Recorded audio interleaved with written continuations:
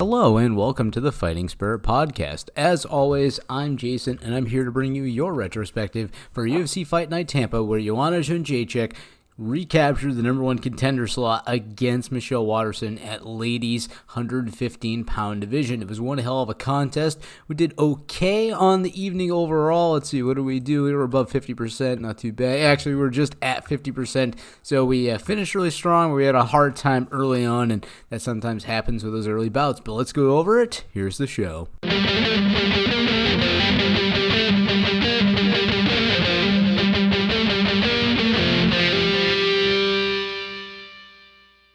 All right, in our main event, we had Joanna Jedrzejczyk fighting amazingly against Michelle Waterson. As we predicted, Michelle Waterson would just not be able to really take her down, and that was really her one pathway to victory. However, there was one small moment in the third or fourth round, I think it was the fourth, where she almost was able to get in that rear naked choke, and that definitely could have cemented the victory here for her, even though she was being outstruck like mad, and overall was 180 to 58 strikes. Even Joanna with outdoing her own takedowns in her own trying to get her own submission in there. It looked very well matched, but I think Waterson came the closest maybe to shutting the door, just because Waterson is tough as hell. She ate all of Joanna's shots.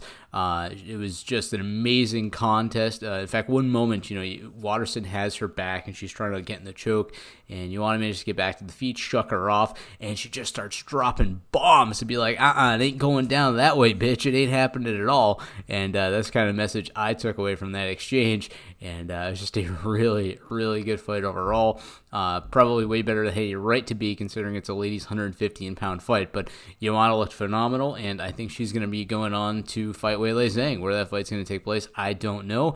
But we're going to have a 115-pound contest. And can Joanna defeat Zhang? I don't know. Her striking might be better, but I think Zhang hits pretty hard for the division, and Joanna's never been a great, power puncher. She's definitely a volume queen for sure, and I think it's going to be an interesting matchup, and I don't know who's honestly going to win that one, but we did call this one correctly, so we picked up a W. In our next one, we had Cub Swanson defeat Gracie. I called it. I didn't think Gracie was quite ready for this kind of contest. I don't know why they gave him Cub, maybe because they thought Cub was on the slide, be able to make a name for himself off of a sliding fighter. Did not happen that way, though. We saw that Gracie's striking is just not up to snuff. Can he walk a guy down? Can he come forward and throw hands? Sure, absolutely. He's not afraid of anybody, especially at this division. Cub just looked way more technical. His body shots were incredible. His clinch work was much better. And every time that Crone tried to score a takedown to get this to the mat, he even tried jumping guard to try to get Cub, and it just wasn't having it. He was able to keep the fight standing, and ultimately Swanson made it his fight, and he was able to pick up a win. So again, we called that one. But as I said on the first podcast to go over this, I think that Crone is a young guy. He's 31. He's not like the youngest guy, but at 31 years of age, I think that he needs a loss to figure out what he needs to do better, that he can't, in the event he can't get it to the mat, what can I do? How can I set up the takedown? How can we get to the position that I want to be in? And I think he's going to learn a lot from this, and I think he's going to come back better. I think this was probably too soon in his career to have this level of competition. Cub Swanson's kind of always a bridesmaid, never a bride when it came to this, featherweight division. He never really could get to the title shot. He was like a gatekeeper in a way, He wanted to get there, somebody would beat him, like Ortega, like Edgar. Guys would beat him, and he wouldn't be able to, get to the big dance, and it is what it is. But Crone was just not, that caliber guy at this point in his career. He could be, but for the time being, he is not, and he'll come back and get better. Also, happy to see Swanson pick up a victory and probably keep himself on the UFC roster. All right, in the next one, we had Niko Price defeat James Vick. I said it on the podcast. We pick up another W on this one. James Vick just has a button. I think he's done. I really do. His welterweight run, it's kind of short-lived now. He catches a nasty up kick from Niko Price. It's going through, trying to pierce his guard and get down and drop some ground and pound on him. He catches a nasty up kick right to the chin. His lights go out. He goes limp.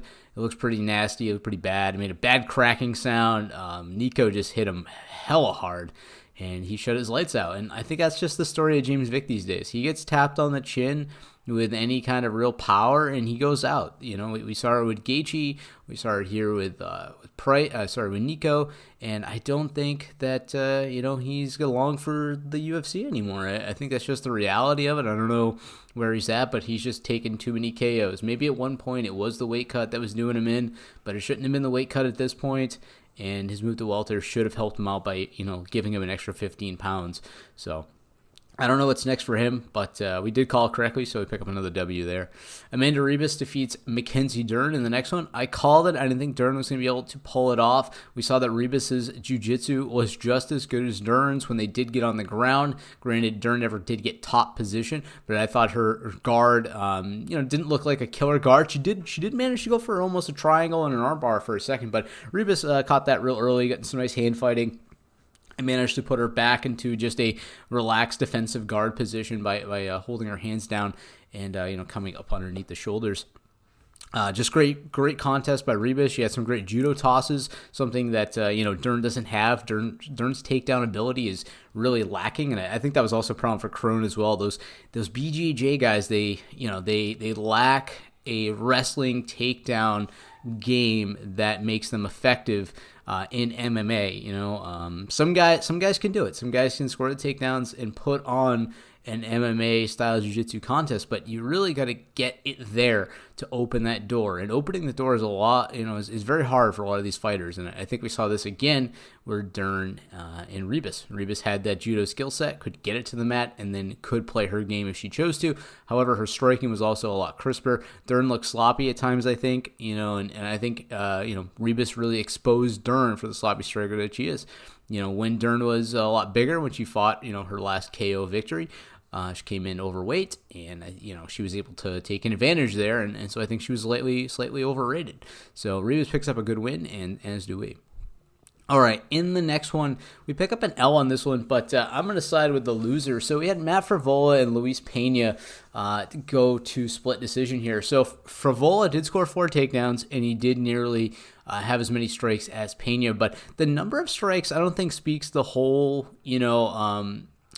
speaks to the whole way this fight played out. So Pena did a lot more damage, wobbled Frevola a lot more, and I thought Frevola's takedowns, while point worthy, were not actually all that devastating. They didn't really turn the tide of the fight, and so I think damage-wise, we really had to look over at Pena. And then he even had 2 submission attempts as well. He had 1 pass on the ground, so did Frevola, but I thought that Pena's ground game looked good. He kind of came closer, I think, to shutting the door, and I think that he ultimately won the fight. I don't like the pick here for Frevola.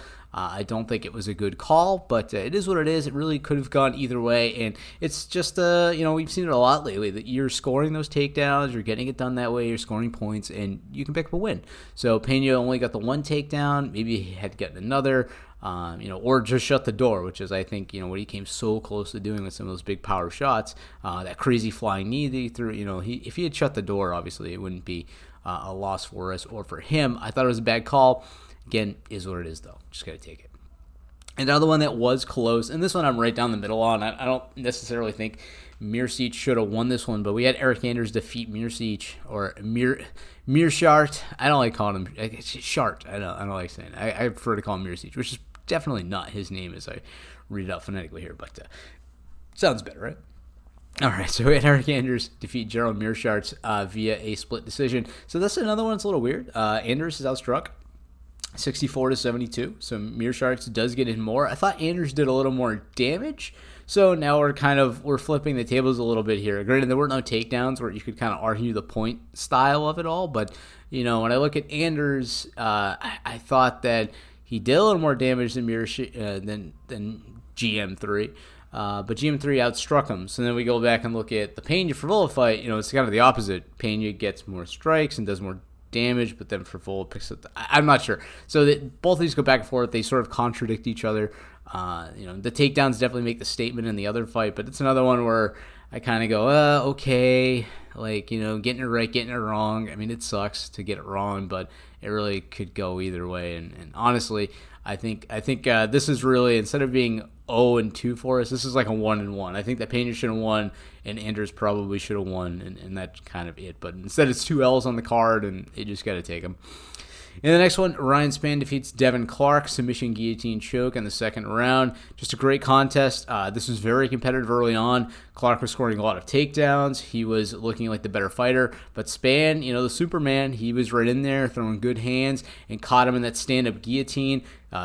Clark just kind of falls to his knees, drops down, and it's all she wrote. He gets the tap out in the second round, and it's a good win for Ryan Spann. We called it correctly. And then in the next fight, we had Mike Davis and Thomas Gifford. I thought that Mike Davis looked phenomenal here. So nothing against Thomas Gifford.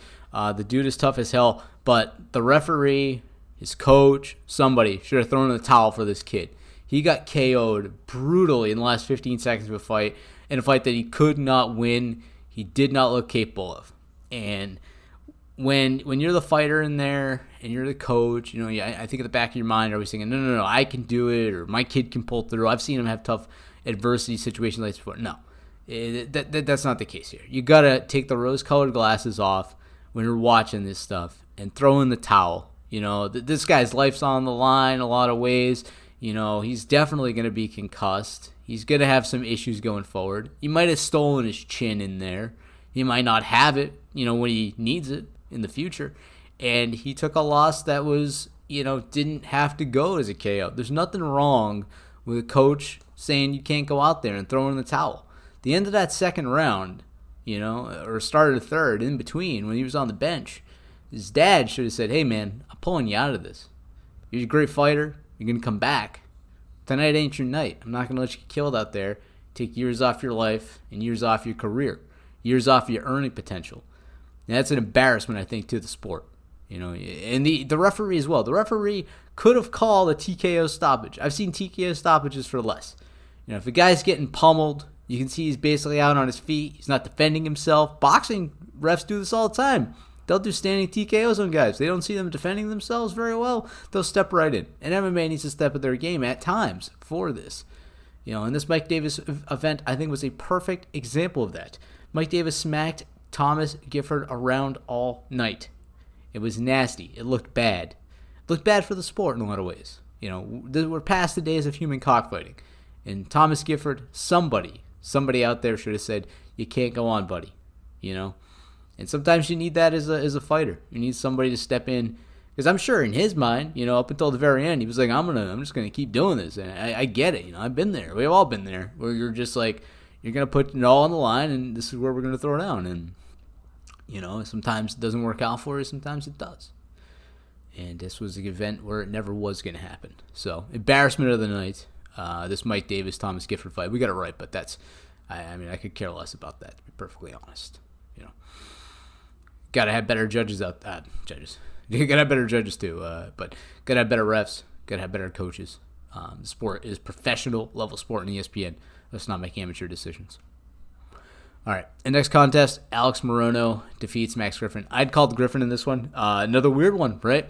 Max Griffin, 4 takedowns, 75 strikes to 81 strikes.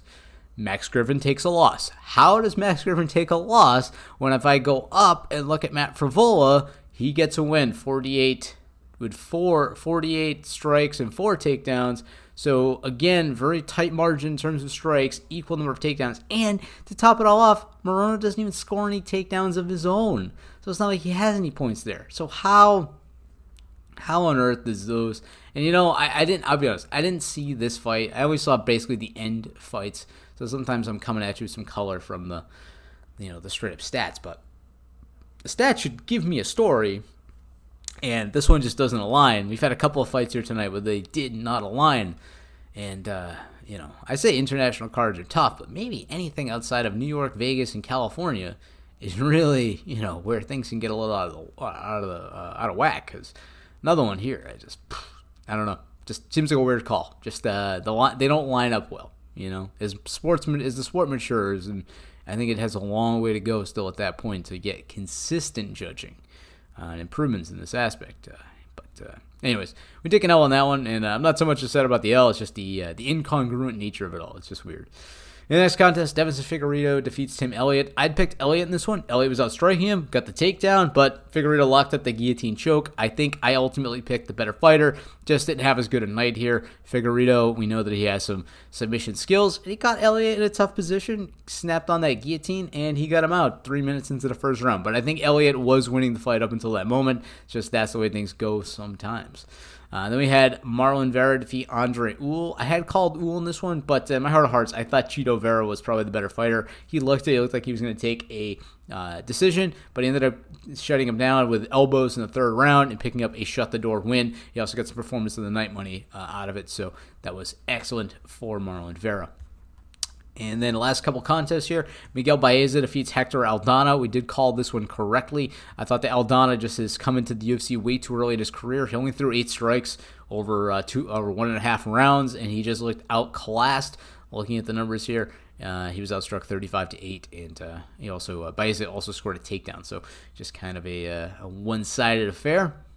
Speaking of one-sided affairs, Marvin Vittori defeats Andrew Sanchez. In this one, he outstrikes him 85-39, picks up a good unanimous decision. We got this one incorrect, though. And then we also got the J.J. Aldrich and Lauren Mueller fight incorrect as well. J.J. just looks slightly better. Better than I thought, judging by the numbers here, 74-54. And Mueller just was not able to get it done tonight, and that just kind of is what it is. That's a me 100% wrong. I can't blame or deflect any of the blame for that one. So is what it is. So like I said, we just went what did we go 7-7 on the evening? Yeah, 7-7 on the evening. So 50%. I thought that a couple of those should have went our way, but they didn't, and that just kind of is what it is. And we just got to kind of accept those as they come through. So is what it is. All right, so I'll be back with the UFC Boston fight picks coming soon. That one's going to be a really good one. And then we will also have Maya Askren in Singapore until we get to the BMF. And that's going to be the Masvidal Diaz contest. I'm really looking forward to that one. We got a great couple weeks of fights coming up here. We also got Junior Dos Santos and Alexander Volkov, Blachowicz and Jacare, Overeem and Harris, Usman and Covington looking really good in mid-December. Ortega, Korean Zone. We got great ones to finish out the year here. I'm really looking forward to them, and it's just going to be an amazing way to close out the year, and then hopefully, we'll come back and we'll get some great Tony versus Khabib news as kickoff, 2020, right? And it's just going to be a good solid year to end close out MMA, and a good solid year to start MMA if things continue on the trajectory that they're on. So. All right, the housekeeping stuff by now. Please get in touch with the show, fightingspiritpodcast@gmail.com, or on Twitter, MMA Fight Pick 01. There's also the Patreon in the description down below. Please share with your friends, family, and everything. And, so like I said earlier, I had taken a little backseat to the gambling aspect, but I think we still put some pretty good picks out there. Just some things that didn't go our way this night. And I'm hoping they'll go better next week in Boston. We're just we're taking that 10,000-foot view, and we're getting better. And I'm actually pretty happy with how we performed today, even though the numbers I don't think speak as well to the outcomes as they could. I think we did a little better than the numbers say. So is what it is, and we'll be back. So I will speak with you again soon for UFC Boston, where Dominic Reyes will be taking on Chris Weidman in a Weidman's light heavyweight debut, so that's going to be one hell of a contest. All right, thanks for listening. I'll speak with you again soon, and until then, happy fight picking.